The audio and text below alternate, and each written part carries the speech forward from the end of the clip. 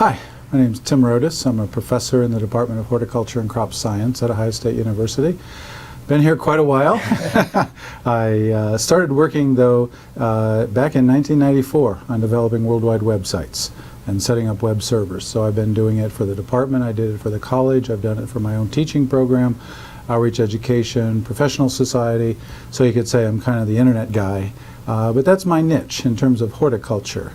And so I look at creating systems that can then be accessed by the public, accessed by students, accessed by other faculty all across the U.S. So that's been my agenda. So just a little experience. Yes. What is batching? I know it's something that you kind of have found a liking to, and what is badging? Well, think of badging now as digital badging. And so while Boy Scouts continue to have badging and Girl Scouts and Brownie Scouts have badging, and Ohio State certainly has stickers that they put on their football helmets. Yeah. Other Ohio State teams also use that same sticker, but we just don't see it, like on the tennis court or the baseball field, but they have sticker opportunities as well. So digital badging is a way to establish and to visualize an expertise, an accomplishment, a skill, a performance, attendance at a particular event, Sure. that can then be verified. And that's the important thing, because I can verify that you claim you earned a particular badge, which indicated you had to meet certain criteria. Right. I can verify that you, in fact, did get that badge on a certain date by the issuer that you claim. Sure. Excellent. And how did you get kind of introduced to badging, or what maybe sparked your interest in this kind of badging within education? It came to me from Bud Whitney. Bud Whitney works with my group. He is a programmer, a network specialist, constantly keeping his eyes and ears open to what's going on. And we had a project with the American Society for Horticulture Science, my professional society, for many years, and we would always bring out new ideas to benefit the whole society, all the members of that society. And Bud came to me one day and said, "Here, let me show you what's happening in Mozilla." And there's a series of grants and projects being implemented with the idea of badging, digital badging. Sure. And so it was Bud showing me the idea first, and then us kind of thinking, well, we could do badging, and I could do badging in my classes. Sure. And so my first exposure to it was using Credly to award students in 2 of my classes digital badges. And what was that first experience like for you with kind of using it in your classroom for the first time? Well, the way I explained it to the students was this is a form of credentialing. It's new and different. Their comment was, nobody's ever asked to see my digital badge. Yeah.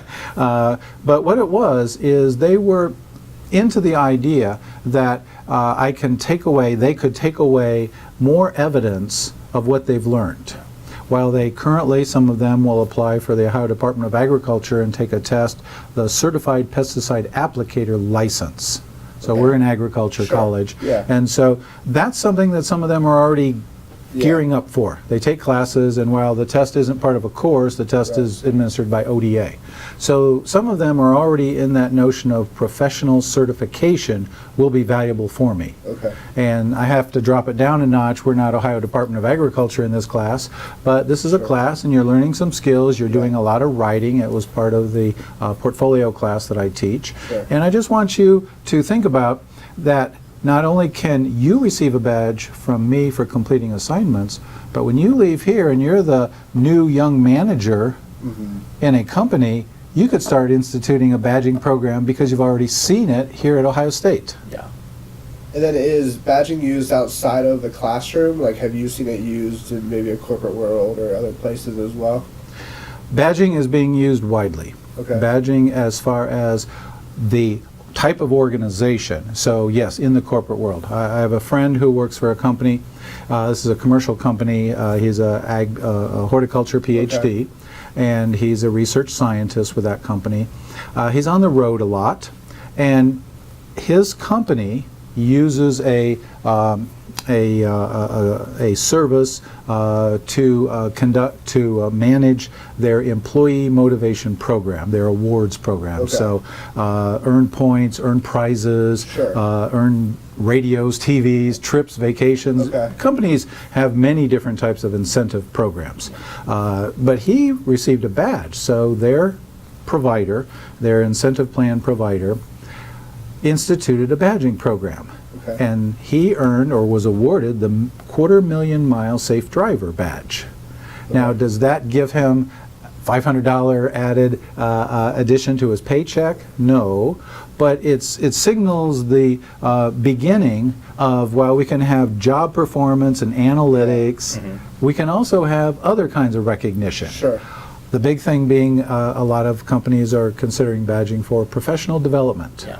Yeah. If you get a certificate, that's recognizable. The supervisor, maybe if it's a technology-related certificate, network Yeah. training, your Yeah. supervisor or your IT manager is going to know you've got the necessary skills perhaps Yeah. to advance. Well, if it isn't as organized as a Microsoft networking technologist person, a certificate might be, but it's a badge for attending a training session by a technology company on the updates to our cameras, on the Yeah. updates to our editors. I mean, you're in AV world. Yeah. There's a lot of technology Sure. being advanced all the time. Yeah. How do you demonstrate you're on top of it as an employee? Yeah, and that's a great example, especially for our high school teachers that are watching this, and they're working on doing professional development in their own schools, and so maybe this is something that Absolutely. they can take back when they're doing professional development with their other teachers, a reward system Right. to kind of motivate them intrinsically to participate and kind of continue that development. Right, whether it be in the classroom with students, which I think there is application which you do, as well as, like Scott said, with teachers on their Yeah. staff, it could be powerful. What's the most positive, when you're working with students, what do you think is so positive about using the badging in your classroom? I think we're still at that early getting used to the idea. Yeah, it's different. Yes, it's very different. And the students in my classes are typically seniors. And I wish I was getting freshmen. Okay. Not only for creating the badging awareness and involvement with them and then letting them have 4 years of badges in their portfolio, Sure. but also in terms of creating the e-portfolio Yeah. project. And so I'm hitting them when it's all done and almost over with, they're about ready to graduate, and they never had an e-portfolio expectation. You take a class, you complete the assignments, maybe you keep the notebooks, you probably don't keep the textbook. What do you do with the assignments? It's a USB, it was a Word document. Yeah. It's on some flash drive that I Yeah. can't use anymore. It quit working. It used to be on a floppy disk and I lost that. It's on a hard drive. I turned it in and I never got it back. Whatever. Right. That's the challenge. Those represent accomplishments, hopefully a good reflection on your Yeah. ability with a good piece of work. But we could have polished assignments from every instructor that kind of represent a good sampling and a cross-section of what it was you studied while attending Ohio State. Yeah. Because all you get to show for it, and while it's a good thing, is a degree and a transcript. Yeah. Where does it say you know about fill in the blank, a specific skill? Yeah. Internship, that's where you can gain some of those out-of-class experiences Yeah. and learn things other than in class. But then how does the internship get translated to the Sure. next employer? Yeah. A good interview, of course, will bring these things out. Right. But how can you share it in advance, or how can you share it at a distance Right. when you're not in the live one-on-one interview? Yeah. What are maybe some lessons learned over the last couple of years as you've kind of developed this and rolled it out and tried it in different classes? What are maybe some things that you can share with some of the high school teachers that may be watching this that you've learned from off the bat that they may be able to keep in mind as they're thinking through this process? Right. I have a luxury here. When I have tenure, that's a luxury, of course. Sure. But no, I have a luxury of creating a badging concept, Okay. implementing it in my class, and not really needing approval from anyone. Yeah. All the assignments are part of the syllabus, so it's not like we're inventing new kinds of assignments, Right. bring in your dog day. You know.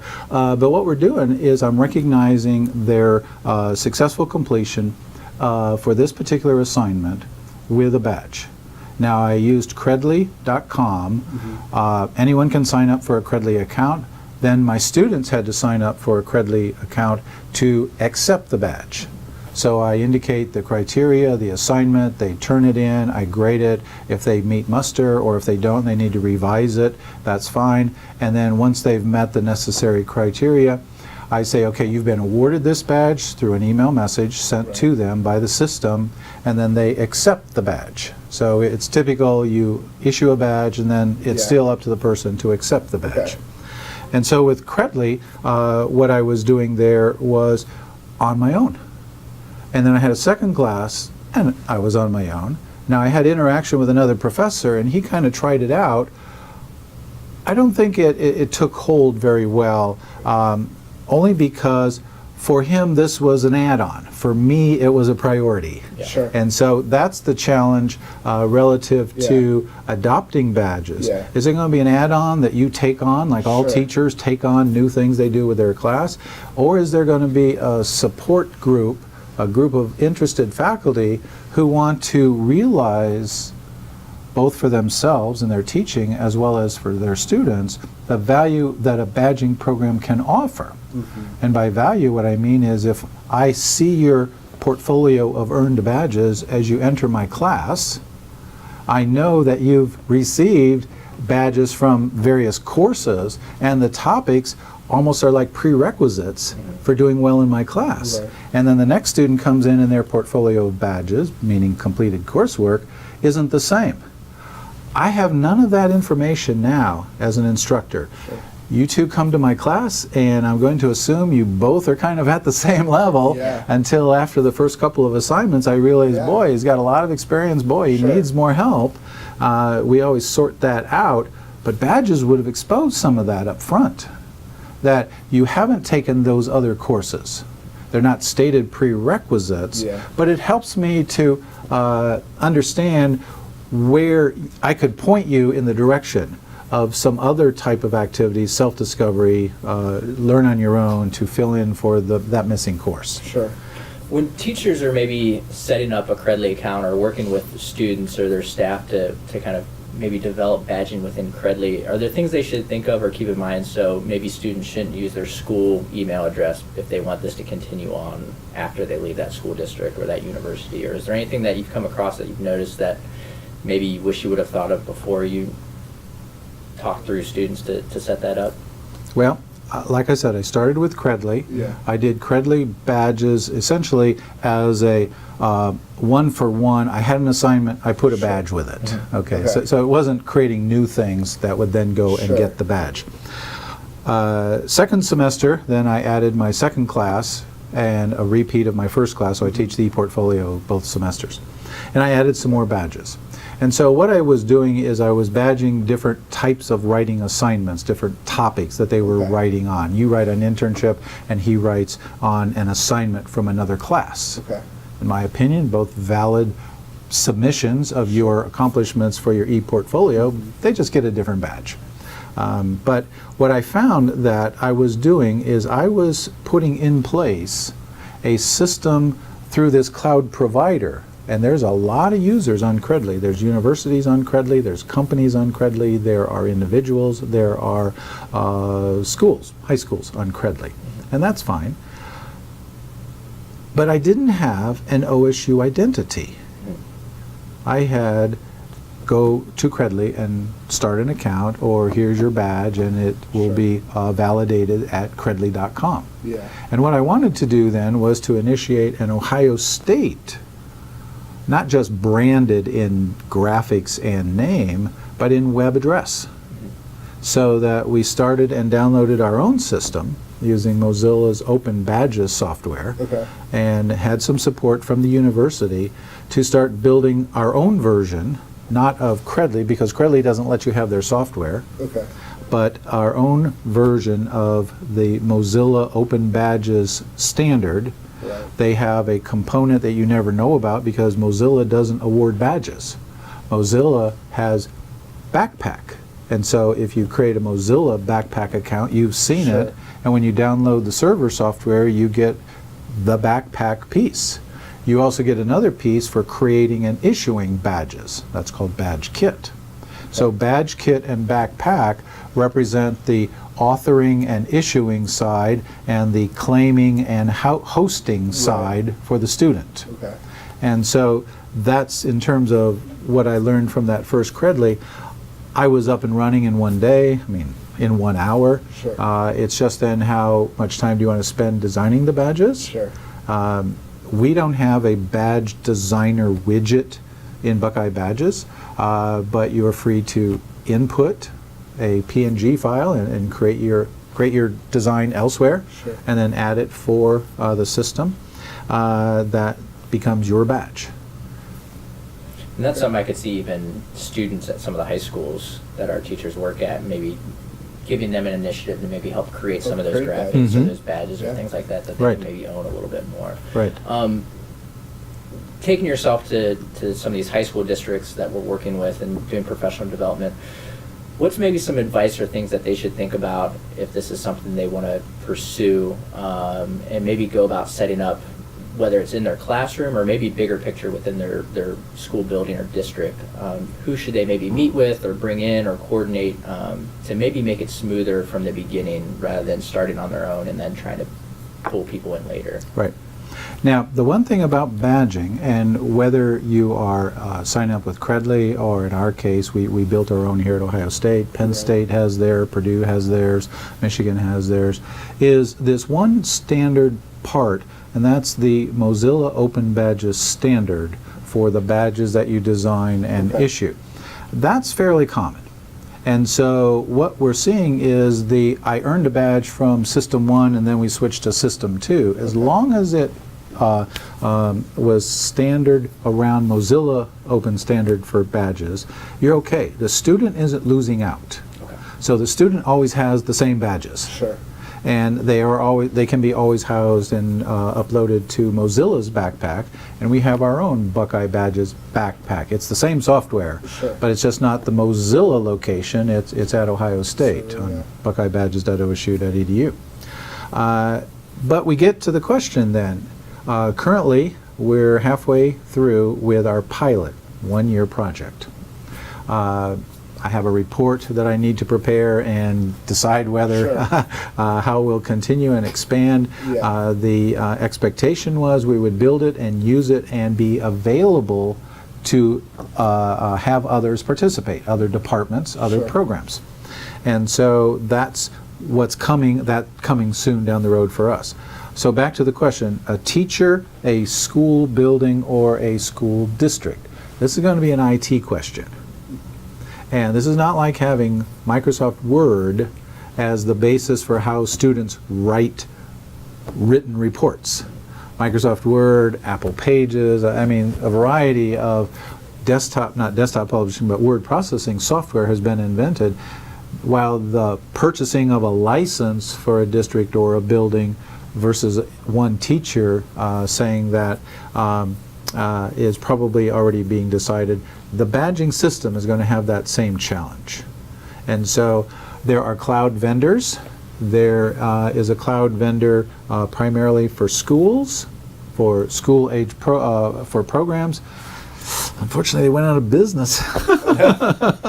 Oh, geez. But this is where we're at. We're at the Sure. startup phase of this Yeah. concept, Yeah. and there will be vendors who come out and offer a service. And so the longevity, if an administrator said, so is this going to be around in 5 years from now? Oh, don't ask me that. It's standard. It'll be transferable in terms of any student Sure. earning a badge. Right. They'll be backpack compatible. The student isn't going to miss out on learning something important. They'll still learn something important in Yeah. the class. So in that sense, my statement would be, yes, it's great if the district gets behind it. Sure. And yes, it's great if they would operate either through a cloud vendor, because we're doing lots of cloud vendor absolutely. services. Yeah. There is still the challenge, though, of how is the student recognized in the system? And it's through email. All these platforms use Sure. an email address to identify the student. And so what's going to happen, the question will be, what email do they get? And in terms of a school district, I'm not in Right. tune with how they Sure. make available like at a Columbus school district, Yeah. the individual students Sure. get a Columbus school district It depends on the account school district, yeah. there. And so that would be one way to protect the student from having their family account be a part of the system. Yeah. And that would allow brothers and sisters and parents to log in to the badging system. The email would then end up in the family email Right. inbox. So having the student in a set of emails that are for the school, that would be a really helpful feature, Cool. if it's possible. Where do you want to see badging going in the future? Right. I have a lot of optimism for Yes, this. sure. I had a lot of optimism for the World Wide Web when that came out, and we started putting up a web server in 1994. What has happened over 20 years is amazing in terms of the kind of content, the breadth of content, the depth of content, the format of the content, the speed of getting content in terms of hardware and software, the networking upgrades that have been put in place. But where it kind of hasn't really lit up and moved as fast is the collaboration. And while there can be many wonderful groups of people doing things, there's a lot of, in higher ed, okay, Yeah, I'll just say, sure. well, you know, where I live, Yeah. there's a lot of people who haven't gotten into the web. They definitely use email and they probably love Facebooking. But as far as authoring, taking new ideas and creating new kinds of web-based materials out of that, it's still PowerPoint and Word files. And so Badges is that. It's new and different. It's not just submit another Word file. It's not just hand out another assignment.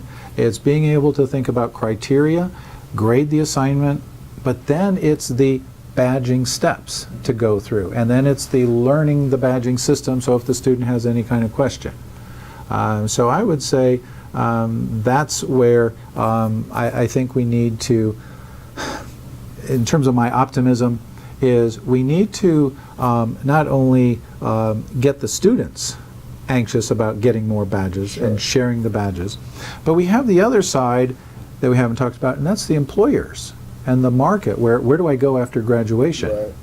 And how can I, as a faculty member, present this to an industry or to a set of companies where my students might be targeted and say, you know, these students are now showing up with more specific detail than you ever had before, Right.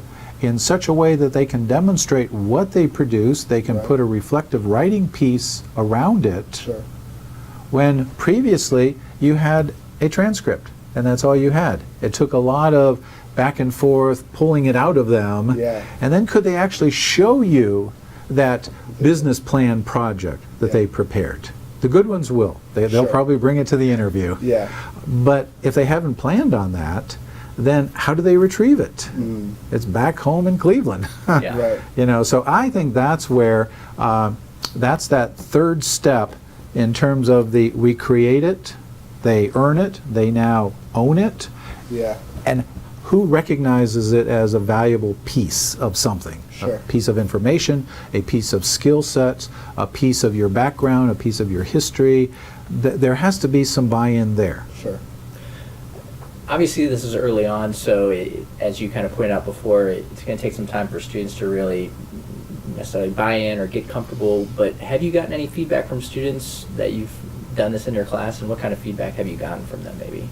I asked students in my portfolio class to make a post in their portfolio describing the project, discussing the perceived value that they Sure. see for this as it unfolds down the road, and suggest other possibilities for expanding it. Now, expanding it in terms of earning opportunities. I made the proposal and received some university support for the pilot because I said, let's tie it to program assessment.